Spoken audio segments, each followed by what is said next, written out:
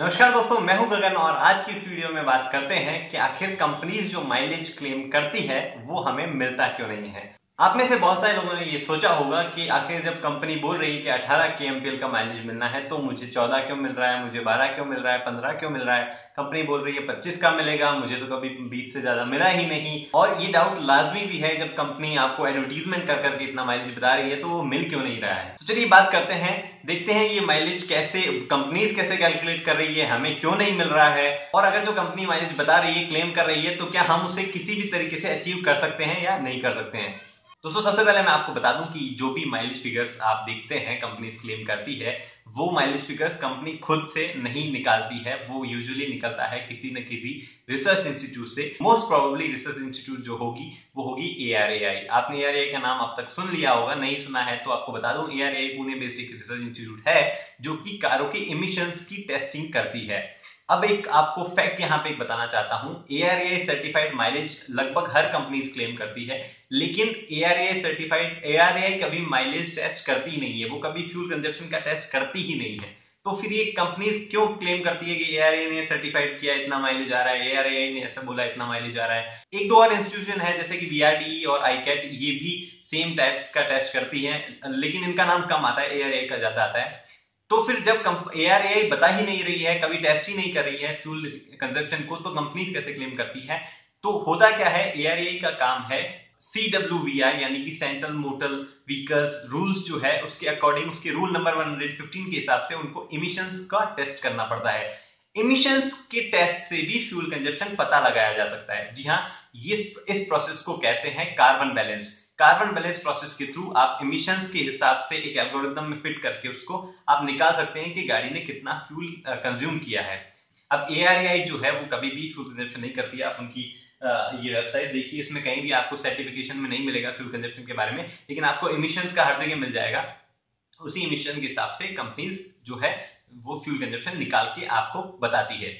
अब बताते हैं आपको ये टेस्ट कैसे होता है। तो ARAI या जो भी इंस्टीट्यूट है वो क्या करती है, ऐसी सिचुएशन क्रिएट करती है एक इस कन्फाइंड स्पेस में, कोई ओपन एरिया में ये टेस्टिंग नहीं होती है, एक कन्फाइंड स्पेस में एक ऐसी सिचुएशन क्रिएट करती है जहां पे रिप्लीकेट करती है वो रियल लाइफ सिचुएशन को। जैसे कि एक फैन लगा के सामने से हवा का प्रेशर डालते हैं ताकि वो रियल लाइफ में गाड़ी पे कितना हवा का प्रेशर आ रहा हो उसके हिसाब से मैच करे। डायनो पे गाड़ी को चलाया जाता है ताकि फ्रिक्शन जो है रोड वाला वो पैदा हो सके। 2 पैसेंजर का उसमें लोड डाला जाता है 150 kg के आसपास। तो सारी ऐसी सिचुएशंस उसमें बनाई जाती है। उसके बाद में गाड़ी के इमिशंस को टेस्ट करना शुरू कर दिया जाता है। ये टेस्ट बहुत ही कम टाइम के लिए होता है, लगभग 20-25 मिनट के लिए होता है, और ये टेस्ट एक टेम्परेचर कंट्रोल एरिया में होता है 25 डिग्री के आसपास। मे बी 30 कर दे या मे बी उसे 20 कर दे, लेकिन एक टेम्परेचर कंट्रोल एरिया में होता है। और वहां पे पूरा जब इमिशंस टेस्ट हो जाते हैं तो उसी इमिशंस टेस्ट के हिसाब से फिर फ्यूल कंजप्शन रीडिंग्स भी निकाल ली जाती है। अब बात करते हैं दोस्तों कि आखिर जब ये फ्यूल कंजप्शन रीडिंग निकल रही है तो क्या वो सही है या गलत है। ये रीडिंग एकदम सही है, लेकिन ये रियल लाइफ में क्यों नहीं मिलती है, ये बड़ा सवाल है। तो उसके बारे में मैं आपको बताता हूं।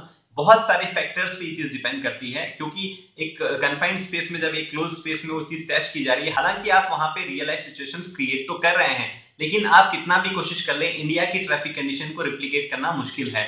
आप ब्रेकिंग करते हैं, आपका टेम्परेचर ज्यादा होता है कई एरियाज में टेम्परेचर कम होता है, आपको AC चलानी पड़ती है, आपको AC ज्यादा चलानी पड़ती है, आपकी गाड़ी में 2 से ज्यादा पैसेंजर बैठे होते हैं, लोड ज्यादा होता है, आपके टायर्स पुराने होते हैं, आपका इंजन ऑयल पुराना होता है, या कई सारे फैक्टर्स काम करते हैं जिसके कारण आपको वो माइलेज नहीं मिलता है जो कि कंपनी क्लेम करती है। उसके बाद में जब ये टेस्ट होता है तो स्पीड भी बहुत लिमिटेड होती है और डिस्टेंस भी बहुत कम लिमिटेड ही होता है। आप जब रियल लाइफ में गाड़ी चलाते हैं तो स्पीड कम ज्यादा होती रहती है। उसके बाद में आप लॉन्ग डिस्टेंस ट्रिप भी करते हैं, आप शॉर्ट डिस्टेंस राइड्स भी करते हैं।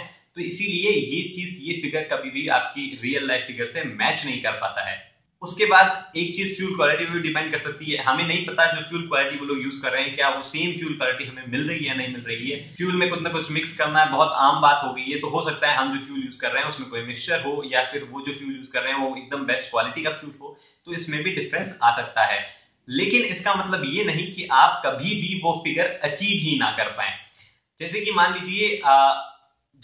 लीजिए होंडा सिटी जो है वो अपने कार से 25 kmpl का माइलेज क्लेम कर रही है।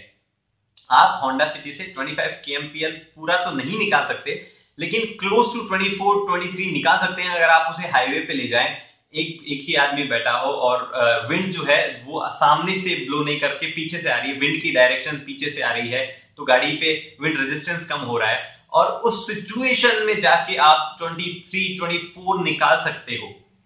आप जब हिल से नीचे उतरते हो तो आपकी गाड़ी हो सकता है शायद 23, 25, 27 से भी ज्यादा माइलेज निकाल दे, ठीक है, ऐसा होता है एट द मोमेंट, लेकिन ये बहुत ही कम टाइम में होता है, इतनी कंट्रोल वे में कोई गाड़ी नहीं चला सकता है, तो इसीलिए हर बार ये फिगर कम ही होगा। आप जब भी गाड़ी खरीदें तो ये मत सोचें कि कंपनी ने क्लेम किया है 18 का तो हमें 18 का माइलेज हर बार मिलता रहेगा, ऐसा नहीं होगा। अगर कंपनी 18 का माइलेज क्लेम कर रही है तो आप 16, 17 और या हो सकता है 15 हाईवे पे उसी गाड़ी से माइलेज निकाल सके, लेकिन उससे ज्यादा आप नहीं कर सकते। तो फिलहाल के लिए इस वीडियो में इतना ही। अगर आपको वीडियो पसंद है तो लाइक कर दीजिए, अगर आपने सब्सक्राइब नहीं कर रखा है तो सब्सक्राइब कर लीजिए। सुरक्षित चलिए, सीट बेल्ट पहनिए। धन्यवाद।